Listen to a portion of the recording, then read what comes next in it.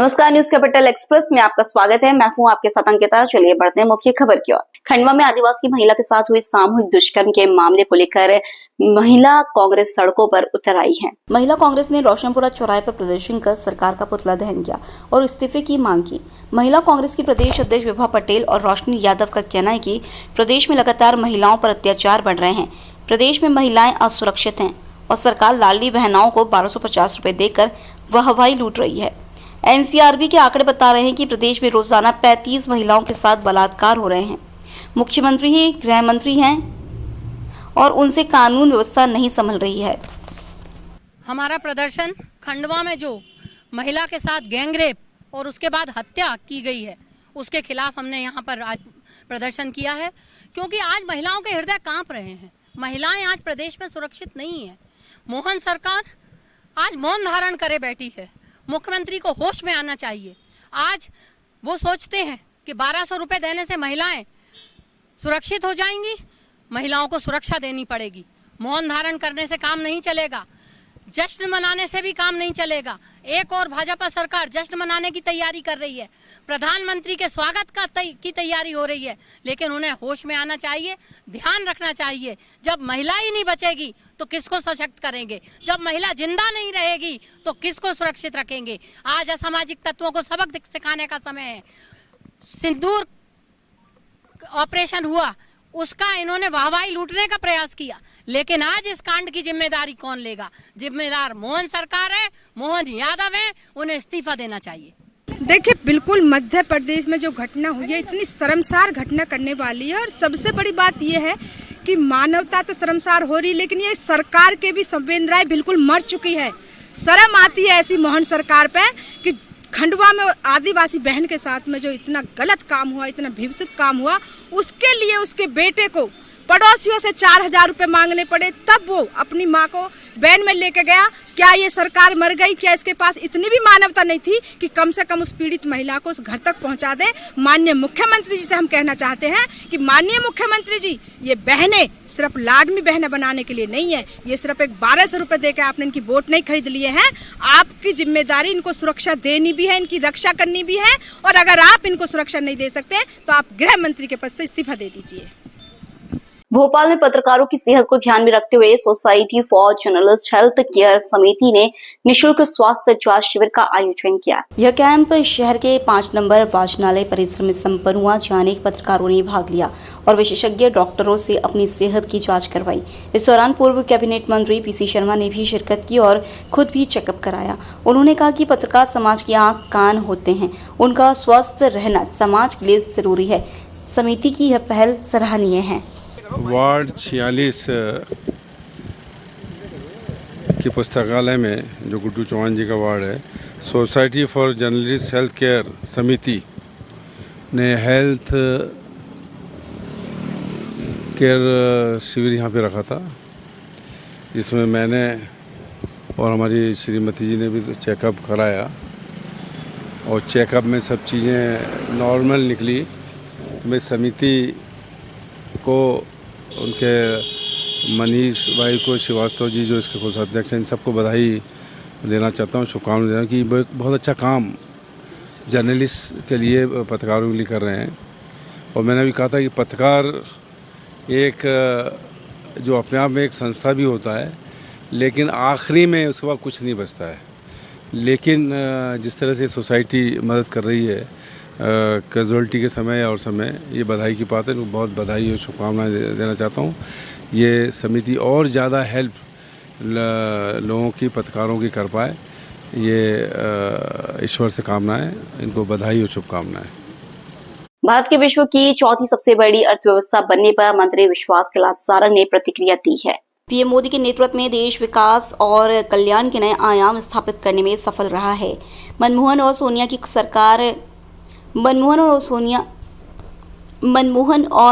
सोनिया की कांग्रेस सरकार में भारत अर्थव्यवस्था में सबसे पिछड़ा हुआ देश माना जाता था। पीएम मोदी ने आर्थिक अनुशासन और सुशासन के माध्यम से अर्थव्यवस्था को नई दिशा दी है। हमारे विकास की गति यह स्थापित कर रही है कि जल्द से जल्द भारत तीसरे स्थान पर पहुंचेंगे। ये मोदी सरकार की बड़ी उपलब्धि है। कोर्ट में सुनवाई के लिए मध्य प्रदेश के 200 थानों में वीसी रूम बनाए जाने पर मंत्री सारंग की प्रतिक्रिया। नागरिकों को समय से उचित न्याय मिले। सुप्रीम व हाई कोर्ट के साथ ही केंद्र व राज्य सरकार की प्राथमिकता। बहुत लंबे समय से कोर्ट में कई मामले लंबित है, इसे लेकर सकारात्मक परिवर्तन किया गया है। इसे लागू कर मध्य प्रदेश में 200 थानों में वीसी रूम बनाए जा रहे हैं, जिससे गवाहों को लंबी यात्रा नहीं करनी होगी।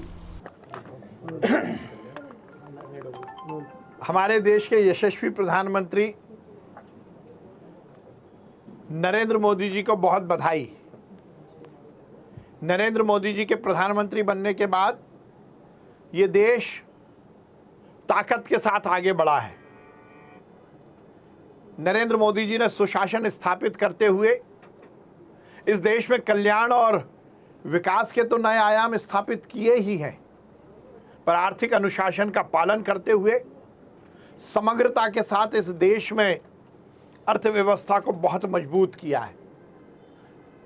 हर एक क्रांतिकारी कदम देश को नए आयाम तक पहुंचाने में सफल रहा है। आर्थिक अनुशासन, विकास और कल्याण की सोच, सुशासन उसी का परिणाम है कि आज हिंदुस्तान दुनिया की चौथे नंबर की इकोनॉमी बना है। हम आर्थिक रूप से दुनिया में चौथे स्थान पर आए हैं। ये निश्चित रूप से हम सबके लिए बड़ा सौभाग्य का विषय है। नरेंद्र मोदी जी ने जहां विकास और कल्याण को तो आगे बढ़ाया ही बढ़ाया, अपने सफल और समग्र विदेश नीति के माध्यम से पूरी दुनिया में हिंदुस्तान की एक अलग पहचान बनाई है, हिंदुस्तान का सम्मान बढ़ाया।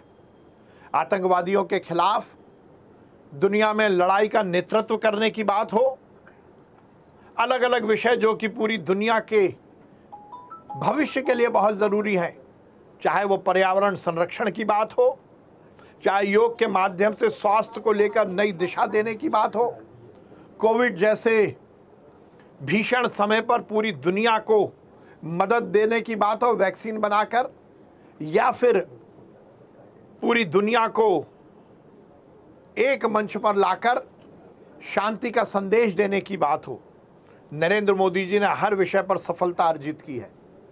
पर सबसे महत्वपूर्ण है कि उन्होंने उस देश को आगे बढ़ाया है जब कांग्रेस की सरकार हमारे यहाँ शासन करती थी। सोनिया गांधी जी के हाथ में मनमोहन सिंह सरकार का रिमोट था, तो हिंदुस्तान को सबसे पिछड़ा हुआ देश कहा जाता था। हम आर्थिक रूप से भ्रष्टाचार के कारण गर्त में जा रहे थे। भ्रष्टाचार आकंठ से हिंदुस्तान डूबा हुआ था, पर नरेंद्र मोदी जी ने आमूलचूल परिवर्तन किया। आर्थिक अनुशासन का पालन करते हुए इस देश की अर्थव्यवस्था को एक नया आयाम दिया है। हम आज चौथे स्थान पर हैं। हमसे ऊपर केवल अमेरिका, चाइना और जर्मनी है, पर आंकड़े कह रहे हैं और हमारी विकास की गति इस बात को स्थापित कर रही है कि चंद दिनों में हम दुनिया में तीसरे स्थान पर रहेंगे। जर्मनी को भी पिछाड़े हम पीछे करेंगे। ये निश्चित रूप से नरेंद्र मोदी जी सरकार का, नरेंद्र मोदी जी की बड़ी उपलब्धि है। मैं हमारे देश के यशस्वी प्रधानमंत्री नरेंद्र मोदी जी को बहुत बधाई देता हूं और इस बात की शुभकामनाएं देता हूं कि उनके नेतृत्व में ये देश और तेज गति से विकास करे और जल्द से जल्द हम दुनिया की तीसरे नंबर की अर्थव्यवस्था बने।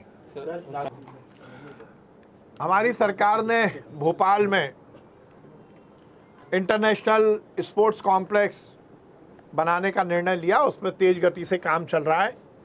विगत दिनों समीक्षा के समय मैंने देखा कि उसकी डिज़ाइन में और उसकी प्लानिंग में काफ़ी कुछ कमियां थी। मैंने अलग अलग स्तर पर वहाँ पर दौरा करके भी और अलग अलग स्तर पर उसकी जब समीक्षा की तो मुझे लगा कि इसमें बहुत परिवर्तन होना चाहिए, क्योंकि आगे ये हमारा एक बहुत ड्रीम प्रोजेक्ट है, बहुत बड़ा प्रोजेक्ट है। परंतु जिस प्रकार से उसकी प्लानिंग थी उसमें निश्चित रूप से कुछ कमियां थी। मैंने निर्देश दिए हैं कि वो कमियों को पूरा किया जाए, चाहे पानी का बात हो, सीवेज का बात हो, फायर सिस्टम की बात हो, फायर फाइटिंग सिस्टम की बात हो, पार्किंग की बात हो। वहाँ पर पूरी एडमिनिस्ट्रेटिव ब्लॉक जो व्यवस्थित बन सके। इंटरनेशनल लेवल का यदि हम स्पोर्ट्स कॉम्प्लेक्स बना रहे हैं तो इंटरनेशनल लेवल की गतिविधियां संचालित करने के लिए जो जो वहाँ पर ज़रूरत है वो सब सुविधाएं मुहैया हो, इन सब के मैंने निर्देश दिए हैं और उसमें हम जल्द से जल्द परिवर्तन करके उसको ठीक ढंग से स्थापित करेंगे। ग्वालियर हाईकोर्ट परिसर में भारतीय संविधान के स्वायत्ता बाबा साहब डॉक्टर भीमराव अंबेडकर जी की मूर्ति लगाने की तैयारी पूर्ण हो चुकी थी। चबूतरा बनने के साथ साथ बाबा साहब की मूर्ति भी बनकर तैयार हो चुकी है। तब ग्वालियर बार एसोसिएशन के द्वारा विरोध करना यह दिखाता है कि आज भी जातिगत भेदभाव समाज में फल फूल रहा है। चबूतरा बनने के साथ साथ बाबा साहब की मूर्ति भी बनकर तैयार हो चुकी है। तब ग्वालियर बार एसोसिएशन के द्वारा विरोध करना यह दिखाता है कि आज भी जातिगत भेदभाव समाज में फल फूल रहा है। कोर्ट धार्मिक ग्रंथों जैसे रामायण, गीता और कुरान से नहीं बल्कि उसी पवित्र किताब से चलता है जिसका नाम भारतीय संविधान है, और उसे लिखने वाले बाबा साहब की मूर्ति कोर्ट में नहीं लगेगी तो किसकी लगेगी। उक्त बात दलित पिछड़ा समाज संगठन के राष्ट्रीय अध्यक्ष और आजाद समाज पार्टी के वरिष्ठ नेता दामोदर सिंह यादव ने कही। कुछ दिन पूर्व डॉक्टर अंबेडकर की मूर्ति लगाने का समर्थन कर रहे कुछ अंबेडकरवादी कार्यकर्ताओं के साथ तथाकथित ऊंची जाति से आने वाले वकीलों द्वारा मारपीट किए जाने की घटना पर रोष व्यक्त करते हुए यादव ने चेतावनी देते हुए कहा कि यह कायराना हरकत है और अब हम बाबा साहब की मूर्ति हर हाल में ग्वालियर हाईकोर्ट में लगा के रहेंगे और संविधान विरोधी देखते रह जाएंगे। एक विषय जो बहुत गंभीर है और मैंने सोचा था कि मैं लगभग अभी 1 साल और आराम करूंगा, 2026 में राजनीतिक क्षेत्र में वापसी करूंगा, लेकिन एक विषय इतना गंभीर हो गया कि मुझे मजबूरी में राजनीतिक क्षेत्र में पुनः सक्रिय होना पड़ रहा है। आप सबको मालूम है कि ग्वालियर चंबल जो क्षेत्र है उस क्षेत्र के लोगों का खून थोड़ा गर्म होता है, वहाँ का पानी, वहाँ की तासीर थोड़ी अलग है। और जब भी कोई आंदोलन मध्य प्रदेश में बड़ा छिड़ता है, ऐतिहासिक बनता है, तो वो ग्वालियर चंबल क्षेत्र से उसकी शुरुआत होती है। आपको याद होगा 2 अप्रैल को एक घटना हुई थी, कौन से सन में हुई थी, जब एट्रोसिटी एक्ट के विरोध में पूरे देश में आंदोलन हो रहा था, तो ग्वालियर में 2 वर्गों के बीच संघर्ष हो गया था, गोलियां चली थी और लोगों की मृत्यु तक हो गई थी, बहुत सारे लोग मारे गए थे। आज एक ऐसी स्थिति ग्वालियर चंबल क्षेत्र के अंदर बन गई है जिसको राजधानी के अंदर कोई नहीं उठा रहा था। इसलिए मैं आपसे मुखातिब हुआ हूं क्योंकि मुख्यमंत्री और राज्यपाल को आपके माध्यम से उसकी पूरी जानकारी मिले और ये पता चले कि वो मुद्दा सिर्फ ग्वालियर का नहीं, भोपाल का बन चुका है। ग्वालियर के हाई कोर्ट के अंदर हमारे वकील साथियों ने ये प्रयास किया कि वहाँ पे भारतीय संविधान के रचयिता बाबा साहब डॉक्टर भीमराव अंबेडकर की मूर्ति की स्थापना की जाए। उन्होंने चीफ जस्टिस को एक आवेदन दिया और चीफ जस्टिस ने उसमें स्वीकृति दी, मध्य प्रदेश की चीफ जस्टिस ने जबलपुर में, कि वहाँ पे मूर्ति की स्थापना कर दी जाए। उसके बाद वकीलों ने अपने पैसे से धन इकट्ठा करके वहाँ पे चबूतरा तैयार कर लिया, स्टैंड बना लिया, और स्टैंड बनाने के बाद जब वो बाबा साहब की मूर्ति भी बनवा ली और मूर्ति जब लेके गए तो वहाँ पे कुछ जो आज भी जातिगत मानसिकता की सोच रखते हैं, ऊंच नीच की सोच रखते हैं, उन्होंने बाबा साहब की मूर्ति का विरोध किया और बार एसोसिएशन 2 भाग में बट गया। उसके बाद जब आजाद समाज पार्टी के भीम आर्मी के कुछ साथी वहां गए, कुछ अंबेडकर साथी गए, तो वो वकील जो कानून पढ़े हैं और कानून की लड़ाई लड़ते हैं, उन्हीं वकीलों ने अंबेडकरवादियों के साथ मारपीट करने का काम किया। ये मामला धीरे धीरे इतना बढ़ चुका है, पूरे ग्वालियर चंबल संभाग में इस मुद्दे को लेकर तनाव है, कम से कम 10-15 जिलों के अंदर। और ऐसी स्थिति बनी है कि जब ग्वालियर में हेडक्वार्टर पे ऐसा उद्यम हो रहा है तो गांव-गांव तक इसका असर पहुंच चुका है।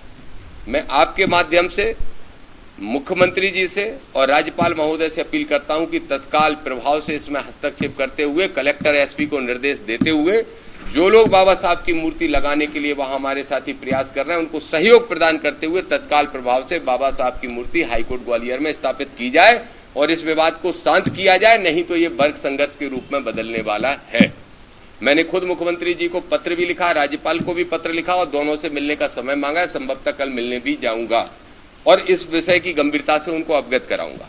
इसके साथ साथ चीफ जस्टिस ऑफ इंडिया से हमने मांग की है, पत्र लिख कर आग्रह किया है कि पूरे देश के अंदर अगर संविधान से कोर्ट चलता है, कोर्ट हमारे पवित्र ग्रंथों से तो नहीं चलता जिनको हम और आप सब मानते हैं।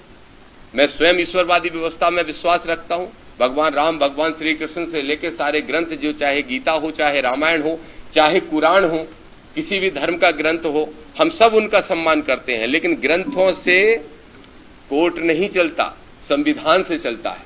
और संविधान लिखने का काम जिस व्यक्ति ने किया है वो बाबा साहब डॉक्टर भीमराव अंबेडकर हैं। इसलिए हमने मांग की है सीजीआई साहब से कि पूरे देश के अंदर हर न्यायालय परिसर में बाबा साहब की मूर्ति लगाने का काम किया जाए। ये विषय है, लेकिन चूंकि विषय वहां गंभीर हो चुका है और बहुत खतरनाक हो चुका है और किसी भी दिन अप्रिय स्थिति बन सकती है, उसमें मुख्यमंत्री को गंभीरता से लेना चाहिए। हल्के में मोहन यादव जी आप मत लो, अगर हल्के में आप लोगे तो ये आंदोलन इतना बड़ा खड़ा होगा कि आपको आपकी कुर्सी बचाना मोहन यादव को मुश्किल पड़ जाएगी। एक बात और विशेष तौर पे कहना चाहता हूं कांग्रेसियों के बारे में। कांग्रेस के छोटे छोटे नेता बयानबाजी कर रहे हैं। बयानबाजी कब कर रहे हैं? जब वहां पे अंबेडकरवादियों ने आंदोलन शुरू कर दिया तब वो बयानबाजी कर रहे हैं, नहीं मूर्ति तो लगना चाहिए, मूर्ति तो लगना चाहिए। मेरा एक सवाल है राहुल गांधी जी से, आप नेता प्रतिपक्ष हो और लोकसभा में हर बात पे बाबा साहब डॉक्टर भीमराव अंबेडकर की दुहाई देते हो, संविधान की दुहाई देते हो, सामाजिक न्याय की बात करते हो। आपके राष्ट्रीय अध्यक्ष माननीय खड़गे जी भी हमेशा बाबा साहब की और संविधान की बात करते हैं। आज जब संविधान की रक्षा की आवश्यकता है, आज जब बाबा साहब के सम्मान की आवश्यकता है, तब आप मौन हो, दुखने के लिए करते हो। हाथी के दांत खाने के और दिखाने के और ये कांग्रेस की पोल खुल गई है इस पूरे मूवमेंट से। मैं मांग करूंगा आपके माध्यम से कि राहुल गांधी को यह विषय मालूम है और राहुल गांधी ने परसों ही इस संबंध में किसी से चर्चा की, मैं नाम ऊपर नहीं करना चाहता। तो फिर राहुल गांधी से भी मैं कहूंगा, मैं जा रहा हूं 2 जून को ग्वालियर, और ग्वालियर में पूरे संभाग के लोगों को एकत्रित किया है और 2 जून तक का समय इसलिए ताकि मोहन यादव जी ये ना कहें कि समय नहीं दिया गया। समय दे रहा हूं, तब तक मुख्यमंत्री जी हस्तक्षेप करके या तो मूर्ति की स्थापना कर दें, नहीं तो 2 जून को तारीख घोषित करके आऊंगा। ग्वालियर की एक एक सड़क जाम होगी, ग्वालियर शहर जाम होगा और उसी दिन हम बाबा साहब की मूर्ति लगाने का काम ग्वालियर के अंदर करेंगे। उस कार्यक्रम में मैं राहुल गांधी जी को आमंत्रित करता हूं, आओ संविधान की बात करते हो, पीडीए की बात करते हैं अखिलेश यादव जी, उनको आमंत्रित करता हूं और धन्यवाद देता हूं भाई चंद्रशेखर आजाद को, धन्यवाद देता हूं कि उन्होंने खुद ही मुझे फोन करके कहा कि आप एक बार जाके देखो कि वर्ग संघर्ष की स्थिति ना बन पाए, क्योंकि हमारा उद्देश्य समाजों के अंदर भेदभाव फैला के, नफरत फैला के लड़ाई कराना नहीं है। ये काम तो भारतीय जनता पार्टी का है, ये काम हमारा नहीं है। तो आप कोशिश करिए कि उन सबके अंदर भाईचारा बने और बाबा साहब का वो लोग भी सम्मान करें जो भले ही 80 वर्ग, ओबीसी वर्ग या आरक्षित वर्ग से नहीं आते, क्योंकि बाबा साहब नहीं होते तो पढ़ाई और अधिकार का सम्मान उन वकीलों को भी नहीं मिलता, चाहे वो किसी भी वर्ग के होते। तो इसलिए चंद्रशेखर भाई भी वहां आने वाले हैं, मैं भी 2 तारीख को पहुंचने वाला हूं। मैं राहुल गांधी जी, अखिलेश यादव जी को आमंत्रित करूंगा कि आइए इस मैदान में लड़ाई में लड़िए, और मैं मोहन यादव जी से अपील करूंगा कि इस लड़ाई की आवश्यकता ही ना पड़े छेड़ने की। 2 तारीख तक आपके पास समय है, और अगर 2 तारीख तक नहीं लगाते हैं तो ग्वालियर चंबल का आंदोलन इस मध्य प्रदेश के हर कोने तक होगा और सरकार को उखाड़ फेंकेंगे तो भी कोई बड़ी बात नहीं होगी। इस मुद्दे पे बातचीत करने के लिए आपके बीच में आज मुझे आना पड़ा, नहीं तो मैं अभी 1 साल तक नहीं आने वाला था राजनीतिक क्षेत्र में काम करने के लिए। जब आपकी विचारधारा से और हक अधिकार छिदते दिखते हैं या सामाजिक न्याय की बात आती है तो मेरे जैसा आदमी चुप नहीं बैठ सकता, इसलिए मैं पुनः राजनीति में सक्रिय होके वापस से काम करने के लिए जा रहा हूं। आप सब सारे साथी शॉर्ट नोटिस पर यहाँ पर आए, इसलिए आप सभी साथियों को बहुत बहुत धन्यवाद देता हूं और अपील करता हूं कि समाज के अंदर आप और हम सब मिलकर वैमनस्यता ना फैल पाए इसका प्रयास करें और सामाजिक वर्ग संघर्ष ना हो पाए इसका प्रयास आप और हम सब मिलकर करेंगे। और बाबा साहब की मूर्ति लगा के हम ये संदेश देने का काम करेंगे कि संविधान का हम सम्मान करते हैं और संविधान बनाने वाले का हम सम्मान करते हैं। आप सभी को बहुत बहुत धन्यवाद, आप यहाँ पधारे। आज दिखाया है मध्य प्रदेश में, मैं उनका बहुत सम्मान करता हूँ और आज मीडिया बंधुओं का मैं बहुत बहुत धन्यवाद देना चाहता हूँ। देखिए, मैं एक एडवोकेट हूँ और ओबीसी SC ST अल्पसंख्यक अधिवक्ता संघ का प्रदेश अध्यक्ष हूँ। आज मध्य प्रदेश के 55 जिले में आक्रोश है और जो बाबा साहब अम्बेडकर जी की मूर्ति नहीं लगने दे रहे हैं वो सिर्फ 3% लोग हैं, और 3% लोगों ने आज मध्य प्रदेश शासन को और प्रशासन को ऐसा दबाव डाल रखा है कि आज 15 दिन हो गए। पूरे मध्य प्रदेश में बड़ा आंदोलन होने वाला है। आज दामोदर जी ने बोला है कि 2 जून को पूरे मध्य प्रदेश में बहुत बड़ा आंदोलन होने वाला है। मैं माननीय मुख्यमंत्री जी और इंडिया चीफ जस्टिस जी को अनुरोध करता हूं कि ये वर्ग संघर्ष ना बने और इस कारण से 2 जून से पहले माननीय बाबा साहब अम्बेडकर जी की मूर्ति की स्थापना की जाए, और जिसमें स्पष्ट है, हाईकोर्ट रजिस्ट्रार का आदेश है जिसमें आदेश में स्पष्ट लिखा हुआ है कि जब बाबा साहब अम्बेडकर जी की मूर्ति सुप्रीम कोर्ट के न्यायालय में लग सकती है तो मध्य प्रदेश के हाई कोर्ट में क्यों नहीं लग सकती। और मैं पूरे मध्य प्रदेश में ये अनुरोध करता हूँ कि तहसील न्यायालय, जिला न्यायालय मध्य प्रदेश और सारे भारत में बाबा साहब अम्बेडकर की मूर्ति की स्थापना होनी चाहिए। और मैं पुनः मीडिया बंधुओं का बहुत बहुत धन्यवाद देना चाहता हूं, और जो आपके माध्यम से मुख्यमंत्री जी को, राज्यपाल जी को और चीफ जस्टिस जी को यह संदेश पहुंचेगा कि अगर 2 जून से पहले अगर नहीं बाबा साहब अम्बेडकर की मूर्ति स्थापना नहीं की जाती है तो पूरा मध्य प्रदेश में बहुत बड़ा आंदोलन होगा। धन्यवाद।